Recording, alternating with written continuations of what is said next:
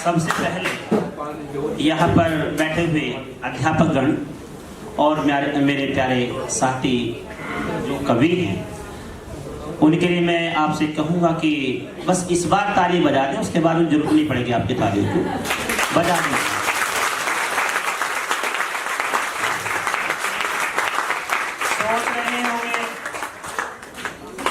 सोच ये रहे होंगे ताली बजाने के लिए बुलाया था, सुनाने के लिए बुलाया था। अब जो है आपके सामने है, जैसा भी है। यहाँ पर आपने हास्य भी देखा, वीर रस भी देखा, बीच बीच में झलकते हुआ प्रेम भी देखा। लेकिन मैं ऐसा कोई बदलाव नहीं करूंगा कि मैं इधर से उधर जाऊंगा। मैं केवल और केवल श्रृंगार रस के लिए यहाँ पर आया हूँ, तो केवल मैं वहीं तक जाऊंगा। आपका बहुत बहुत साधुवाद। मैं बहुत देर से जब से आपने यही देख रहा हूँ, 2-4 बच्चे गए हैं, हो सकता है उनके पास में बहुत ज्यादा कोई मजबूरी नहीं होगी। बाकी सभी इस तरह से बैठे हुए। विकास जी मेरे साथ में गद्दारी करते हैं अक्सर। क्या होता है ना, जहां लेकर के जाएंगे कहेंगे हमारे वरिष्ठ कवि। वरिष्ठ ऐसे हो जाते हैं जैसे हम बूढ़े हैं, 70-75 साल के हो गए, बस पैर कबर में लटकाए बैठे, गिरे नहीं है इसमें। इसके पीछे कितनी चालाकी चपलता इनकी होती है। कवियों से कवि को कौन जानता है?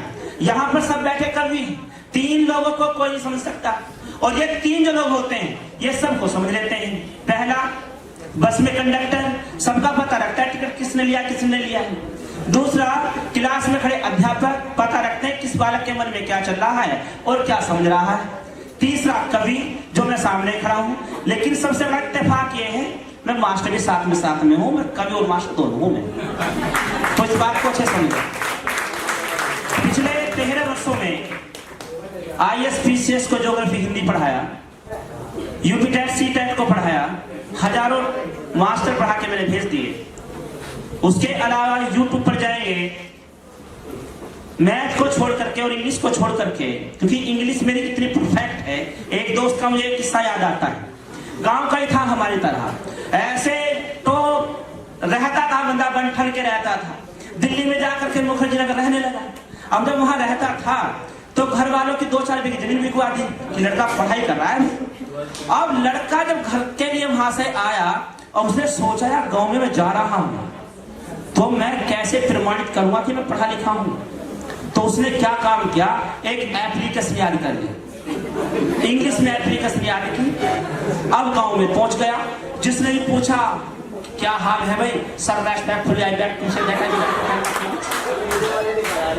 गांव में रुका हो गया कि यार कितना पढ़ा लिखा बच्चा हो गया, फलाने का बहुत पढ़ा लिखा है, हिंदी में तो बात ही नहीं करता, एक सांस में पता नहीं कहां तक बोलता चला जाता है। इत्तेफाक से खेत में आलू खुद रहे थे, अंग्रेज आ गया।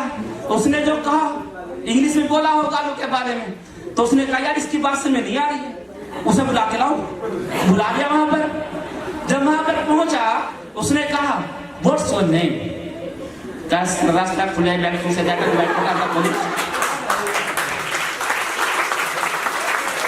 कहा इंग्लिश में कहा होगा यू बास्टर्ड ब्लडी फूल।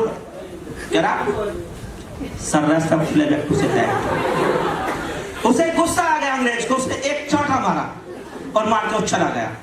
गांव के खड़े लोग कहने लगे यार तू इतना पढ़ा लिखा अंग्रेज है, उसने तेरा चाटा क्यों मारा? उसने बड़ा अच्छा शालीनता से एक कवि की तरह जवाब दिया, कहता है इसने चाटा इसलिए मार दिया, कह रहे तू इतना पढ़ा लिखा होगा कि गांव में क्यों पढ़ा है? तो इतनी पढ़ाई तुम लोग मत करना कि कभी कुछ ज्यादा पढ़ के निकल जाओ, रास्ते से होते जा रहे हो सचिन कुमार निगम मत बनना। क्योंकि मैं 35 साल का हो चुका हूँ, वहां तक पहुंचने तो इतने वर्ष तो निकालने पड़ेंगे। होता क्या है सर, देखिए मैं बड़ा माफी चाहूंगा, मुझे 2 बातें बोलनी पड़ती हैं कभी क्या बोलता ही हूं मैं, तो ये तो बात बनाने वाली बात है। मैं महिलाओं का पूर्णतः समर्पित व्यक्ति हूं, इनका समर्थन हर जगह करता हूं। इनके प्रति तो बात नहीं करता। इनके अंदर इतने कलाकार हैं, फिल्म देखोगे शाहरुख खान अलग दिखाई देगा, सलमान खान अलग दिखाई देगा, अमिताभ बच्चन अलग दिखाई देंगे। इनके अंदर सारे बच्चन बड़े बैठे हैं।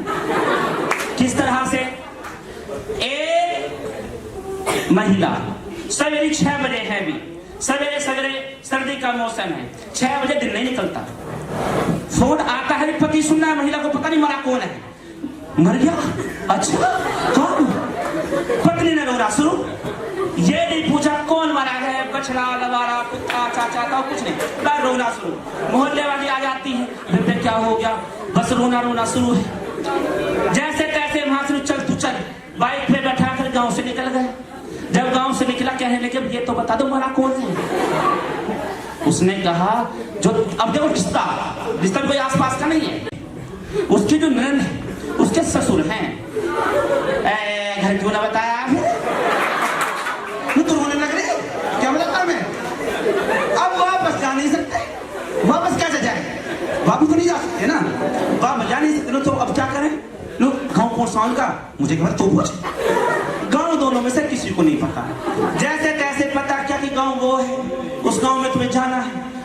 और अभी एक बात और है, अटैक से कोई करा, अटैक से माने कोई करा मर्डर हुआ है उनका, अभी तो उनका पोस्टमार्टम होगा, 2 बजे के बाद बॉडी मिलेगी। तुम कहाँ 6 बजे जल्दी उठ के तुम करें क्या? जैसे तैसे घूमते हुए मेट पहुंच गए, पीवीएस में जा घुसे, फिल्म देखी, पॉपकॉर्न खाई, आराम से भटूरे मारे, मेट का भटूरा बड़ा फेमस है, पूरा टाइम काटा। जब 2 बज गए पता नहीं गाँव में आ गए, अब इनका कलाकारी शुरू होती है, दिल थाम के बैठेगा, कलाकारी की शुरू होती है। जहाँ गाँव कुछ बड़ा है, गाँव में भी घुसे ही है, 4 आदमी खड़े हैं, बस रोना शुरू। रोना तो शुरू है। उनसे पूछा जी उनके यहाँ जाना है, लो भैया अभी तो क्या घर 1 किलोमीटर आगे है, लो एकदम चुप। Switch on switch off, switch on हुआ है, स्विच ऑफ, एकदम चुप। अब के चल दिए, अब की बार ये पूरा सुनिश्चित कर लेना है कि वाकई में भैया है कहीं हो रहा है। अब देखो वहां उनसे बड़ी कलाकार उस्ताद है, 3 बहनें कह रही है पिताजी तुम ऐसे कैसे चले गए, मैं भी तुम्हारे साथ चलती। दूसरी कह रही पिताजी मैं भी चलती। तीसरी कह रही पिताजी मैं भी चलती। पिताजी जो है ना बस कर चले गए, तुम तीनों जाती है। उसके साथ में एक और हो रही है, वो कह रही है एक हमारा चला गया। अबे इसको रोना है, उसको रोना है। भाई साहब जितना बचोगे उतना ठीक, कलाकारी के लिए मैं कहता हूँ ताली बजा दो।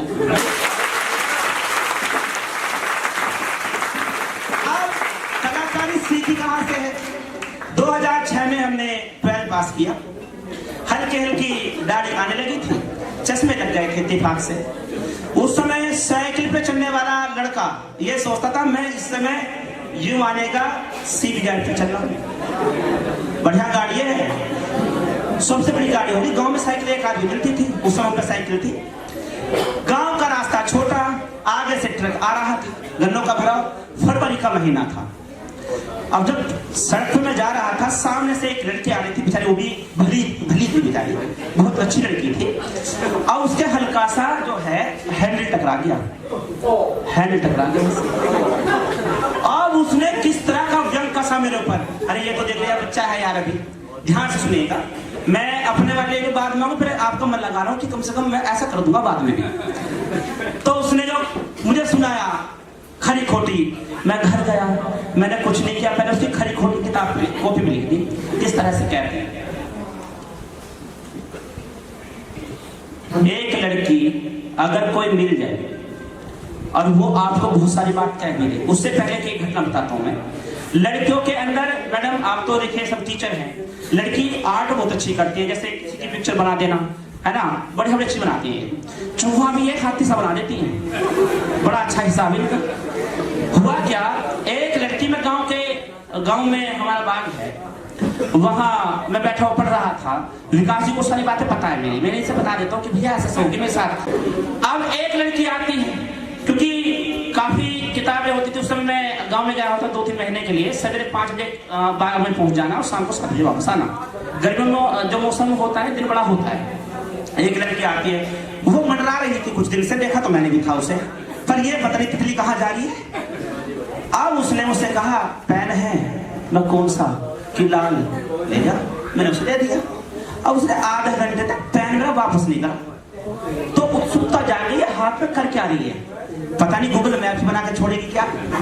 मेरे अंदर उत्सुकता कि मैं देख के आता हूँ, मैं नल पे गया, वो इस तरह से बैठती मैं देख ही लिया, तो उसने नाम लिखा हुआ था, नाम ही मेरा ही था, निगम, और उसमें खून के टोपे चले नीचे की तरफ। मैंने कहा भाई इसने मेरा बैग भरवा दिया।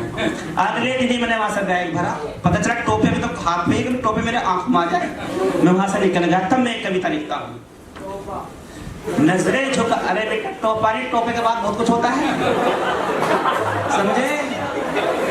और हर एक बात के दो मतलब, पर हिंदी भी ठीक ठाक है हमारी।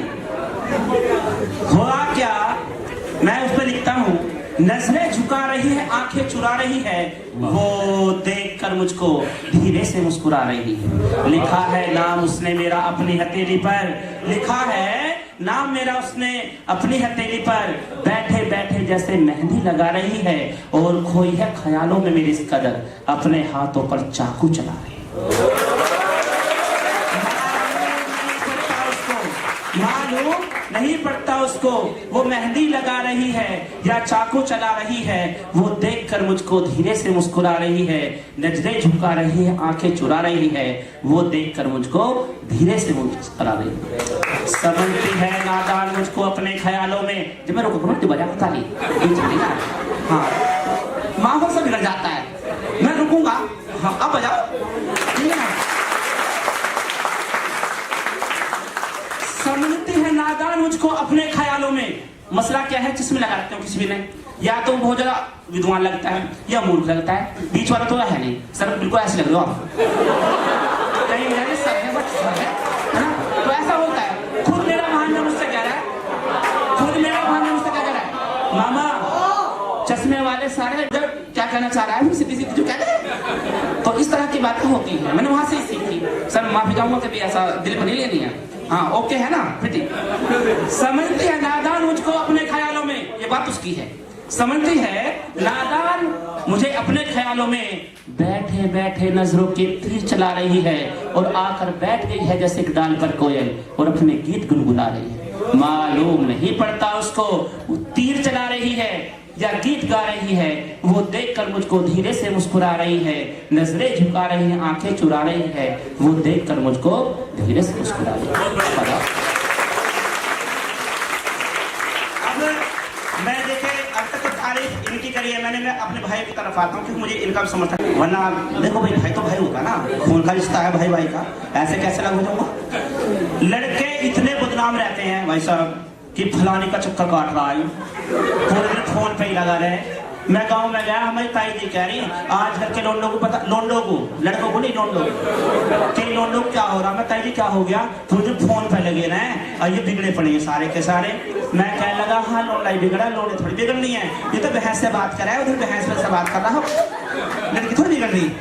तो मैं कहता हूँ अब एक का केस बिगड़ गया, एमसी कर रहे थे हम, एक का केस बिगड़ गया, कहने लगा यार वो ये मानते नहीं तुम सर कि जो है ना कि मैं ऐसी हूं, तू तो ऐसा है, तो मैं साहिल बोलता हूँ अगर तू करे कश्ती, तो मैं सागर बोलता हूँ। तुम जब से हुए हो बाका, धोखेबाज, तुम जब से हुए हो बाका, अब कुछ बचाना बाकी। तुम जब से हुए हो बाका, अब कुछ बचाना बाकी। मौका पस्त निकलोगे, ये कैसी है गुस्ताखी, ये कैसी है गुस्ताखी। अगर पीछे वाले ध्यान देंगे सब, अगर तू सजी है महफिल, तो मैं एक जाम बोलता हूँ, तू कहे कश्ती, तो मैं सागर बोलता हूँ।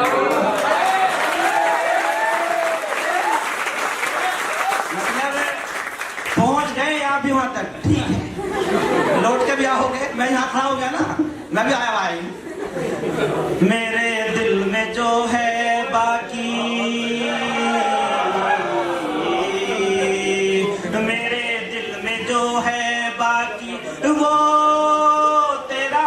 नाम होगा, मेरे दिल में जो है बाकी वो तेरा नाम होगा। ढूंढे निगाहे जिसको वो तेरा नाम होगा, वो तेरा नाम होगा।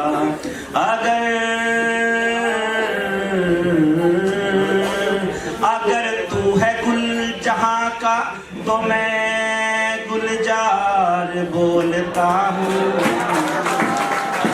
तू कहे कश्ती तो मैं सागर बोलता हूँ। अंतिम लाइनों से इस कविता की, कितनी जज़ब है दुनिया, आकर्षित करने वाली, कितनी जज़ब है दुनिया, मैंने तुझको जज़ीब समझा। कितनी जज़ब है दुनिया, मैंने तुझको जज़ीब समझा। मौका परस्त निकलोगे ये मैंने कभी न समझा, ये मैंने कभी न समझा। अंतिम लाइन तुम्हें दे रहा हूं, लिफाफे में रख लेना।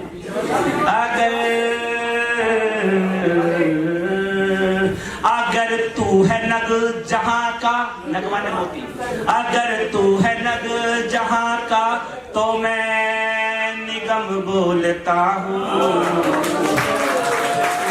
कहे कश्ती तो मैं सागर बोलता हूँ। बड़ा इतना सुनने पे ताली बजाते नहीं है, बहुत बजा रहे हैं। और एक बात बता दूं, तालियां चमनप्राश का काम करती है। विकास जी बता रहे थे कि ताली बजाओ, है ना, और खुशी से रहो, लेकिन लोगों को रोने की पड़ी है। बेचारे बायोलॉजी सही से नहीं पढ़ते। हंसने के लिए 17 मांसपेशियां और रोने के लिए 42 का प्रयोग करना पड़ता है। भारत वाले हैं, धक्के खाते फिरेंगे, बात छोटी वाले की नहीं मानेगा क्या? तो है ऐसा। चलो तो बजाते एक बार।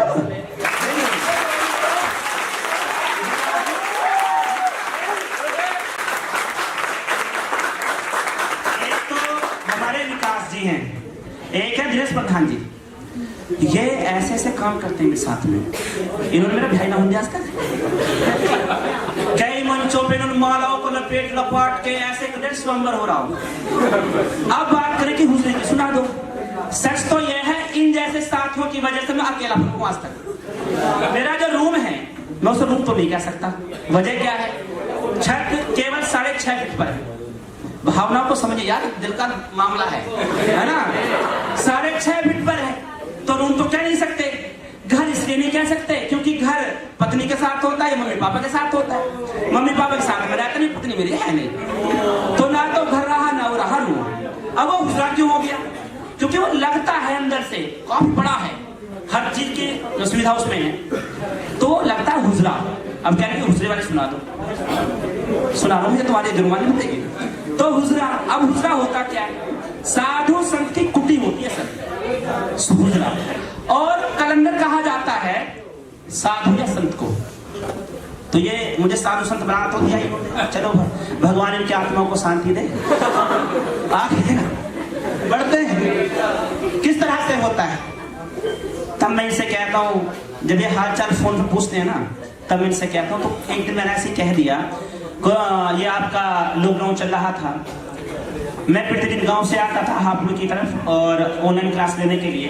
तो रास्ते में भी क्या करें, कभी पागल आदमी होते हैं, कभी, है ना। अभी बता रहे थे, बड़ा शॉर्ट में बता दिया उस वाली बात को। जैसे बेचारे बैठा रखे ना सारे बच्चे, इन्हें निकलने की जगह नहीं मिल रही होगी, तो भाग जाते आधे। हुआ क्या था, एक जेलर साहब बड़े खतरनाक, ये मानो कवियों को ऐसे मानते थे कि दाता विधाता सब आ गए हों। उन्होंने कहा, बेचारे वो भी कहीं ना कहीं गम के मारे हुए थे, 16 फिल्म देख के आए होंगे, या देख लिया उन्होंने दिल वाले, ऐसे ही थे बेचारे। उन्होंने कवि सम्मेलन रख दिया। जब कवि सम्मेलन रख दिया और कवि सम्मेलन एक दिन का चल रहा है, जैसे रामायण पाठ चल रहा हो 8 दिन तक। अब उसमें ड्यूटी लगाई गई, जो कैदी थे उनकी लगाई गई तो ये पता नहीं चला कौन यहाँ ड्यूटी दे रहा है, कौन यहाँ पर क्या कर रहा है। तो 4 लोग लट लिए फिर रहे पीछे। अब विकास जी पहुंच गए वहां टॉयलेट करने के लिए। अब वो कहने लगे भाई यार, भाई तुम तो बड़े अच्छे लोग हो यार, मतलब इतनी निगरानी कर रहे हो कहीं खून आ जाए। मुझे निगरानी ना कर रहे हो, हम उसे ढूंढे जो तुम्हें लाया है। तो कवियों को झेलना बड़ा कहना पड़ता है। मिर्जा गालिब साहब कहते हैं, जिंदगी भर यही भूल करता रहा, धूल चेहरे पर थी और आईना साफ करता रहा। तो गलती यहां से पकड़ी जाती है भैया, अपने आप को जो ना आईने में ढूंढो, मैं कैसा लग रहा हूँ, तुम्हारी जरूरत नहीं है तो कैसा लग रहा है, लोग बताएंगे कैसा लग रहा है। ठीक है, तो मैं वहीं पे लगने के लिए आ रहा हूँ, जिन्होंने मेरे साथ कर दिया। ऐसा पाप कोई किसी के साथ ना करे। तो मैं कहता हूँ विकास जी के लिए शुरू करते हैं। मेरे हुजरे में आकर के पूछो, कलंदर तेरा हाल क्या है। मेरे हुजरे में आकर के पूछो, कलंदर तेरा हाल क्या है। आंखों से कुछ ना कहो तुम, बताओ तेरा हाल क्या है। कितनी बनी दूरियां हैं, कितनी ये नजदीकियां हैं। कितनी बनी दूरियां हैं, कितनी ये नजदीकियां हैं। कोई आके हमको बता दे, मजबूरियां हैं। मेरी बाहों में आकर के पूछो, सिकंदर तेरा हाल क्या है। कुछ ना कहो तुम, बताओ तेरा हाल क्या है। लाइनों से जुड़िएगा, बहुत दूर तक लेके जाऊंगा। जब ये जमाना चल रहा था डिजाइन वालों का, उस समय फोन नहीं हुआ करते थे, तो उस समय जो पत्र चलते थे ना, उसे कहते थे चिट्ठी। और जो चिट्ठी वाला जमाना था, खतों वाला जमाना था, उस समय गाँव में इतनी अलमारी नहीं हुआ करती थी, बनाते थे ताक हुआ करते थे, जो सब थे ना उस समय था, तो रखने की जगह पर ताक बोला जाता था। तब मैं कहता हूँ, तुमने न जाना है हमको,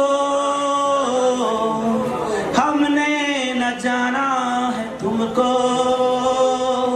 तुमने न जाना है हमको, हमने न जाना है तुमको।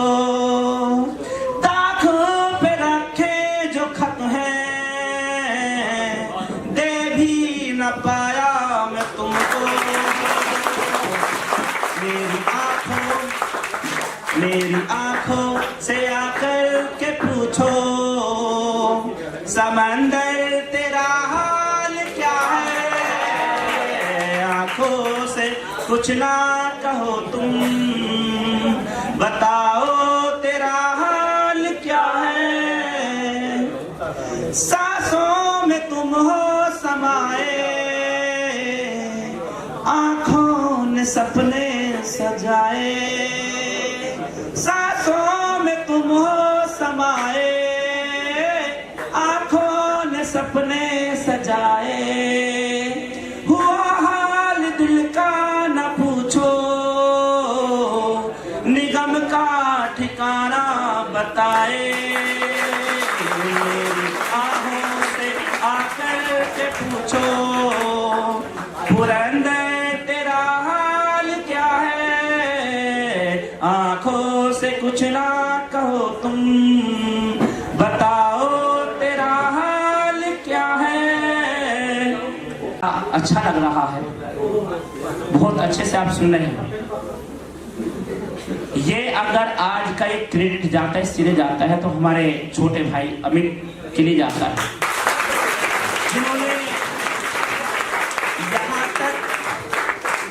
जिन्होंने यहाँ तक हमें लाने का काम और आपको यहाँ बैठाने का काम किया, काव्य की श्रृंखला को चलाने का काम किया। उनके लिए विशेष तौर पर तालियां हो जाएं।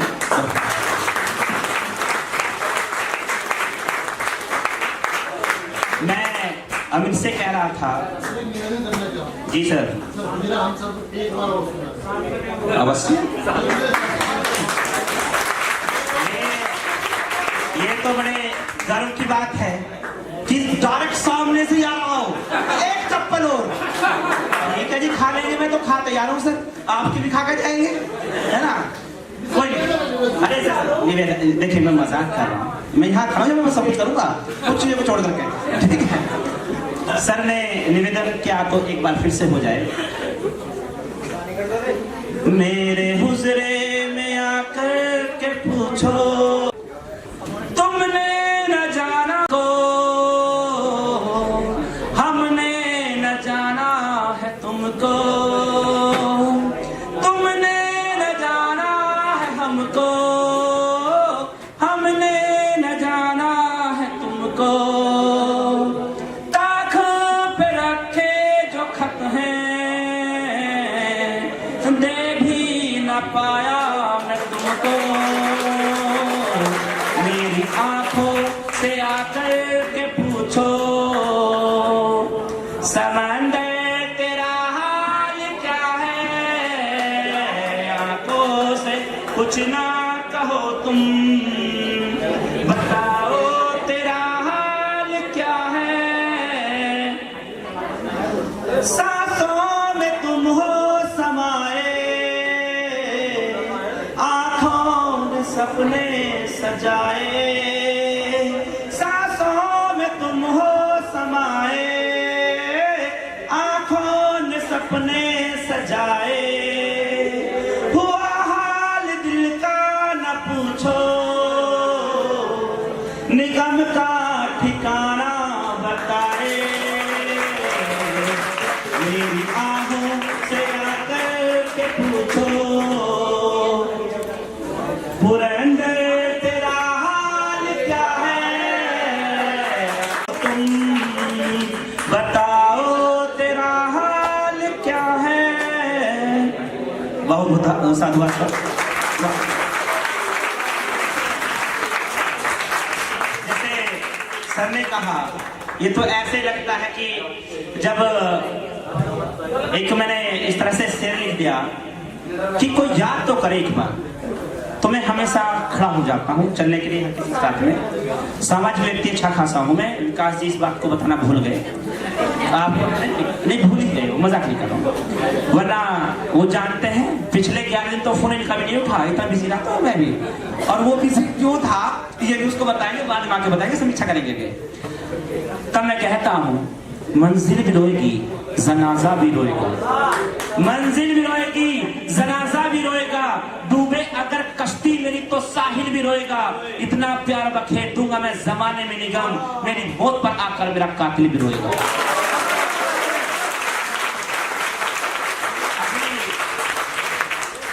कुछ लाइनें है तो अनकम्प्लीट ही, लेकिन उसको मैं रखूंगा जरूर, क्योंकि स्कूल में, ये स्कूल नहीं कह सकते, इसे विद्यालय नहीं कह सकते, यह वह एक जगह है जो ज्ञान का सागर है। इन्हें हमने छोटी छोटी चीजों में बांट दिया। कहीं पर हमने स्कूल कहा, कहीं विद्यालय कहा, कहीं पर महाविद्यालय, कहीं पर यूनिवर्सिटी, कहीं पर मदरसा। लेकिन सच्चाई यह है, ये वो सागर है जिसमें कितने ही गोते लगा लो कभी आप पार नहीं कर पाओगे, और जितना लेकर के जाओगे उतना कम है। तब मैं आपको कुछ लाइनें देता हूँ और मैं आपसे ही कहूंगा, अगर आपको लग जाए, इसका विश्वास हो जाए कि मैं कह किस पे रहा हूँ। 8 लाइनें हैं केवल, अभी पूरी होगी तो मौका अगली बार में देखते हैं। तो मैं देता हूँ आपको किस तरह से मैं कुछ लिखने का प्रयास कर रहा था, और आपको क्या लगता है कि वो लाइनें मैं किस पर लिख रहा हूँ। कुछ इस तरह से, खामोश है पर बहुत बोलती है, दरवाजे खोलती है। खामोश है पर बहुत बोलती है, जीवन के दरवाजे खोलती है। जो सदियों से खुद को लपेटे हुए, अतीत को खुद में समेटे हुए। जो सदियों से खुद को लपेटे हुए, अतीत को खुद में समेटे हुए।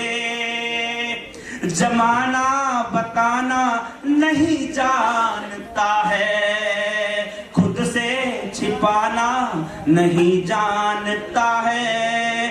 जमाना बताना नहीं जानता है, खुद से छिपाना नहीं जानता है।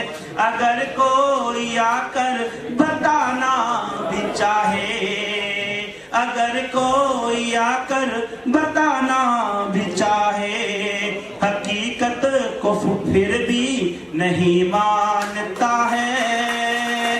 अगर आके कोई बताना भी चाहे, हकीकत को फिर भी नहीं मानता है। जिसने रखा रहस्य गले से लगाकर, जीना मरना है कैसे सभी को बताकर। जिसने रखा रहस्य गले से लगाकर, जीना मरना है कैसे सभी को बताकर। खामोश है पर बहुत बोलती है, जीवन के दरवाजे खोलती है। अब मैं एक सवाल करूंगा, ये जो पंक्तियां हैं किसका संदेश देना चाहती हैं? क्या कोई बता पाएगा? जी, बहुत सुंदर, तालियां हो जाएंगी। बहुत सुंदर, बहुत सुंदर। मैंने अभी जब मैंने इसे लिखना शुरू किया, मैंने स्कूल में ही पूछ लिया, तो कमाल के लोग हैं। यहाँ मैंने आइडिया शुरू में दे दिया था कहाँ तक मैं जाऊंगा। मैडम ने बहुत अच्छा किया, बहुत बहुत साधुवाद आपको। स्वागत भी करते हैं तो कौन सी बात है यार? अरे हमारे स्टाफ को माना टीचर टीचर टीचर, तुम्हें क्या दिक्कत आ रही है भाई? इसी के साथ में मैंने उससे पूछ लिया, कोई कह रहा है चिंता की बात कर रहे हो, कोई कह रहा है चिंता की बात करो, कुछ भी तो उसी का नाम ले दे जिसका मैं नहीं जा रहा, लेकिन किताब का किसने लिख दिया? ठीक है, तो भाई आज के लिए इतना ही, क्योंकि काफी देर हो गया आपको झेलते हुए, और हम तो हम हैं।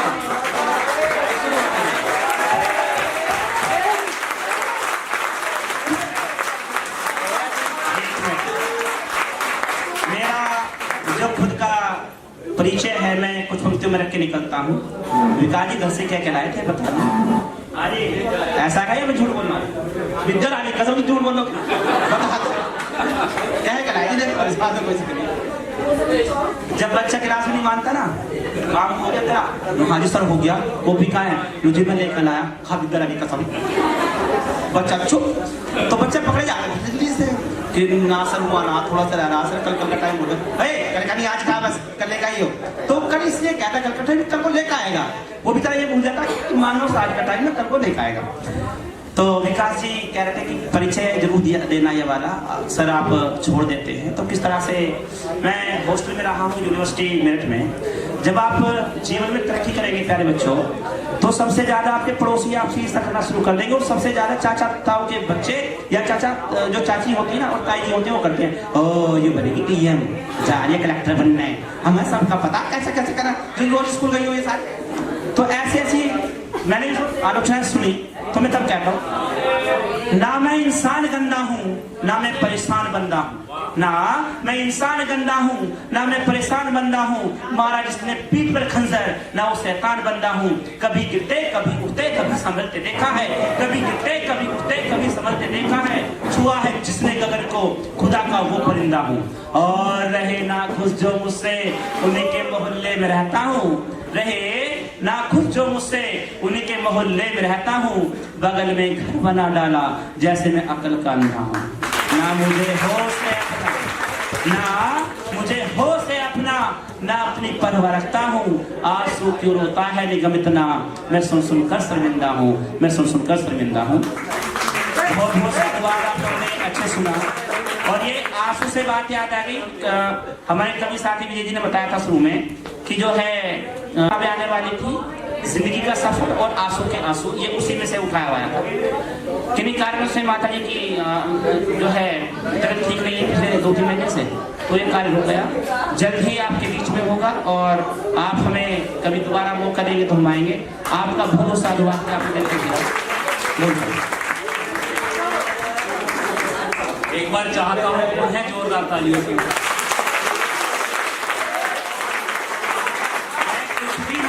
उनकी समीक्षा क्या करूं, क्या काव्यपाठ उन्होंने किया।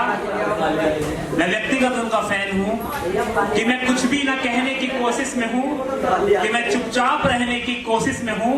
सब कुछ तो कहा जा चुका, कुछ भी ना कहने को है, बस इसी दुख को कहने की कोशिश में।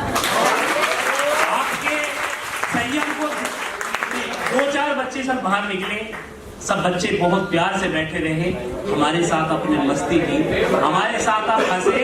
मैं चाहता हूं जितने मंच पर कवि हैं एक बार उन सब के लिए तालियां बजाएं। मैं आपके शिक्षकों का आचार्य महोदय, इस बात को मैं दिल में लेकर जा रहा हूं, आपके दिए गए संस्कार इन बच्चों के अंदर हैं। अपने शिक्षकों के लिए, प्राचार्य महोदय के लिए एक बार जोरदार पुनः तालियां। सितारों को आंखों में महफूज रखना। बशीर बद्र साहब ने कहा ये समय फिर नहीं आएगा, आज और हमने आपने बात की है, कल आप हमें ढूंढेंगे, यूट्यूब गूगल पर देखेंगे भी। लेकिन ये पंक्तियां मैं बशीर बद्र साहब की आपको नजर करता हूं कि सितारों को आंखों में महफूज रखना, दूर तक रात ही रात होगी, मुसाफिर हो तुम भी, मुसाफिर हैं हम भी, किसी मोड़ पर फिर मुलाकात होगी। बहुत बहुत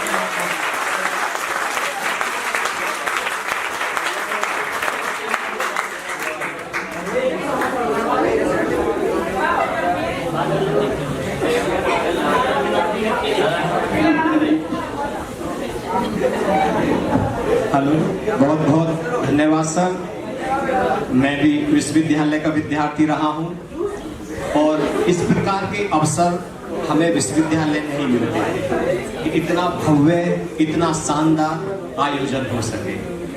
वाकई में आज बिल्कुल एक शब्द में कहूं तो समा बांध दिया।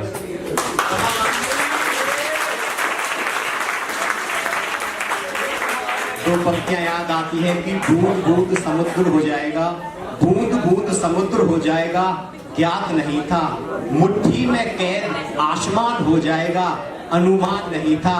और आप सबके जज्बे को नमन करता हूं, कार्यक्रम इतना सफल हो जाएगा, अनुमान।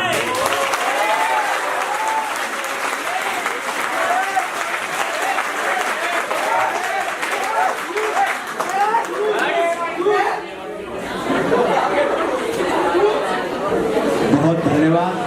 और इस कार्यक्रम की जो पहली सीढ़ी है, इस कार्यक्रम की जो पहली सीढ़ी है, डॉक्टर ललिता जी, जिनके जहन में ये आइडिया आया, ये विचार आया कि हम महाविद्यालय में एक कवि सम्मेलन करें, तो मैं डॉक्टर ललिता जी और जो उनकी सह संयोजिका रही हैं प्रोफेसर पूजा राय जी, डॉक्टर पूनम शर्मा जी, मैं इनका हृदय से आभार और धन्यवाद करता हूं कि आपने इतना खूबसूरत मंच भाई महाविद्यालय के पुरातन छात्र अमित के माध्यम से हम सबको उपलब्ध कराया।